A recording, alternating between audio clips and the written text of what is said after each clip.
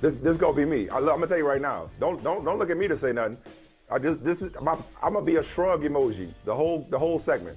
Like, I mean, I don't know what else, Okay. what I've been saying since the end of the season. What I've been trying to tell you since the end of the season. You're right. Okay, I'll give you that. You've said that. Hey, no reason to, why can't Jimmy come back and all this stuff? What I want to know is, you tell me this. Can you help me here? Help me with this. Help me here. Why did the 49ers make that trade for Trey Lance? Or, and before you answer that question, because as I heard Chris Sims, our brother from another Chris Sims, say this morning, I heard him say that he's convinced that they never really traded for Trey Lance. He thinks they did it for Mac Jones and then just kind of went in a different direction. Maybe the pressure of, how are you going to make that trade for Mac Jones? He thinks they went all the way up to 3 for Mac Jones, and they now have Trey Lance. But my point is, I don't know whether it's Mac Jones, Trey Lance. Is Chris with us Thursday? Justin Fields? Because this is coming full circle now. Okay, thanks. Because wait, didn't the Mac Jones to San Francisco thing originate with Chris? Did that really kind of like that? I think so. Right. Yeah. He was like, based on what he knows. But didn't Kyle Shanahan, wasn't he like, oh my God, okay, go ahead. Yeah, I know. But my point is, why did they make this trade for Trey Lance? Because I'm just so, maybe it's just like a revolutionary thing, and I just got to get used to it. I've seen quarterbacks slip before. I've seen quarterbacks who have slipped and then they wait for a little bit. Aaron Rodgers. I've seen quarterbacks who teams have traded up for within that draft, maybe a couple of draft picks, and then that quarterback sits. I see you, Patrick Mahomes. There have been quarterbacks, the plan was for them to sit, but they wound up playing a little bit earlier than expected. Deshaun Watson with Houston, Ben Roethlisberger back in the day with Pittsburgh. Or, I'll throw another one at you. Phillip Rivers in San Diego. And then Drew Brees kept him on the bench for a second, for a hot second. Yeah. But in the case of Trey Lance, man, that's a lot. And then there's no guarantee that he's going to play. Like, why wouldn't you just say, okay, here it is, year 2. Trey Lance is our starter. Why'd they do it? Why'd they give up so much capital for a guy that they seem so unsure about? Is it Jimmy or is it Trey? They got a problem with Trey or they just love Jimmy, who's about to have surgery and may not be there in training camp? Like, this whole thing, I'm just trying to figure out what the 49ers, I thought I knew what the 49ers were thinking this time last year, but over the course of a year, they have confused the hell out of me. So maybe you can help me out. Well, I think one thing that's happened is, as Achilles told Perseus in Troy, you will never be more beautiful than you are now. A draft pick, a quarterback in particular, is never more beautiful than he is when somebody trades up to get him in the draft. So I think part of the issue that's happening is now that Trey Lance could, emphasis on could, be going into a second year of not starting, it's like, well, what's up with that? Like, is he not all he was cracked up to be? Are they not sure about him? Is he a bust? Yeah. It's like, it's a red flag. So I think the first thing, but to answer your question, the first part is, let's go back to last year's draft. Since Jimmy Garoppolo, so he got traded in 17, right? And he started 5 games for him in 17. Right. He got traded like at the deadline in 17. In 2018, he played 3 games. He played 3 games in 2018, injured. In 2019, obviously played all 16 games. They go 13-3. They go to the Super Bowl. We know what happened. They lose a 10-point lead. In 2020, he plays 6 games, injured. Last year, he starts 15 games, beat up.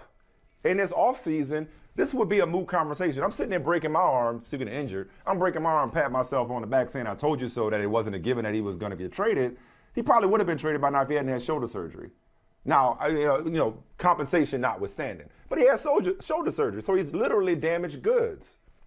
So they drafted Trey Lance because they couldn't count on Jimmy Garoppolo. Yeah, they were able to win with him, or some would say in spite of him, but they couldn't count on him to be available. So they went out and they got a prospect that, like, with all due respect to Chris and his insight, and it is significant and substantial, if you traded up to 3 to get Mac Jones, that's not something that I'd be bragging about retroactively or talking about retroactively behind the scenes. Why? Well, because there's nothing that Mac Jones did this year, and he was really, really, really good as a rookie. Made the Pro Bowl. But there's nothing. Made the Pro Bowl. And did the gritty at the Pro Bowl. There's nothing he did this year that would suggest that it's like, oh my God, we blew it by not getting Mac Jones. Hey, man. Like Trey Lance. Why are you being disrespectful? Why are you being disrespectful? No, I'm not being disrespectful. I'm not being disrespectful, but there's a certain skill set and a dynamic element that Trey Lance presents and brings to Kyle Shanahan's offense that Mac Jones does not. If you want the next Matt Ryan, then yeah, Mac Jones was your guy. If you maybe want the next John Elway, then you got Trey Lance. So with Trey, and going back to his daddy, talking about Shanahan Sr. So Trey Lance is about to be, let me see, I was looking this up. He's coming up in about 40 days on his 22nd birthday. Okay. A wise offensive coordinator once told me that there's no shelf life for quarterback development. So while it may look funny that the Niners aren't falling over themselves to anoint Trey Lance as a starter in year 2 after trading up for him, I don't know that it makes him a bust or it derails his career or undermines his chances at success. If he were hypothetically, it's a huge hypothetical because we're a long way from this actually coming to fruition. If he were to sit for a second year behind a guy that the locker room loves and that somehow, some way has gone to a Super Bowl and the NFC Championship game in 2 of the last 3 seasons, I don't know that means that Trey Lance is doomed to failure. Because again, do you think Jimmy Garoppolo is not Brett Favre. Jimmy Garoppolo is not Brett Favre, and Jimmy Garoppolo is not Drew Brees. But Phillip Rivers turned out just fine sitting, I think it was 2 years in San Diego. Aaron Rodgers turned out just fine sitting 3 years behind Brett Favre in Green Bay. It's like, okay, they don't get immediate return on this investment, but it doesn't mean it was an unwise investment to acquire Trey Lance. Look, it could end up being where Jimmy Garoppolo ends up getting moved. But I'll go back to what I've been saying all along. I don't think it is dumb, far from it. I think it's smart if you have an unproven young quarterback, but a proven veteran on your roster. Jed York said it. If you're going to invest a lot of money or a lot of assets in a certain position, that's the position to do it in. That's the position to do it in. All right. Well, a couple things. One, that first clip we played of Trey Lance, that's a hell of a block by Trent Williams. You see that block? Oh, my God. Oh, my God. He just ran over. Oh, my goodness. All right, so that's one. All right, but 2. You think that the 49ers did all of that and kept it a secret? We're not going to tell anybody. We're not even going to tell our staff who we're drafting. We've got all of our chips. We got all our money together. We put it all on the top of the refrigerator. Now we have $1,070,000. Shout out Eddie Murphy. But anyway, put that with the rest. Whatever the number was. Yeah. But he shoved all that money out there. Oh, yeah. We have $370,000. Thank you. Because I want to do my share. You did that because Jimmy Garoppolo is not reliable, or is because Jimmy Garoppolo is not the guy? I mean, it's the difference. Both. I think it's both. I think it's a combination of both. I think he's limited. We know he's limited. But you don't just give him away. So, if the $25 million.